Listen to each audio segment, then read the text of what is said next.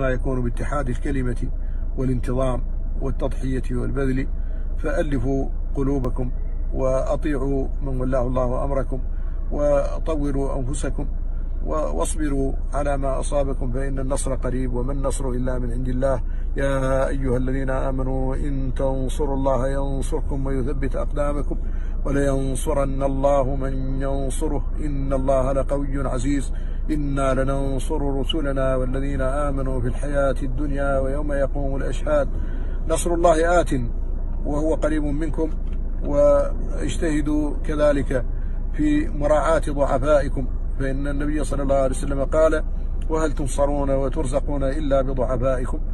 أسأل الله سبحانه وتعالى أن يتقبل منكم ما قدمتم وما بذلتم، وأن يرحم شهداءكم، وأن يجمعنا بهم في الفردوس الأعلى، وأن يطيل أعماركم ويقر أعينكم ويمكنكم من أعدائكم. والسلام عليكم ورحمة الله وبركاته.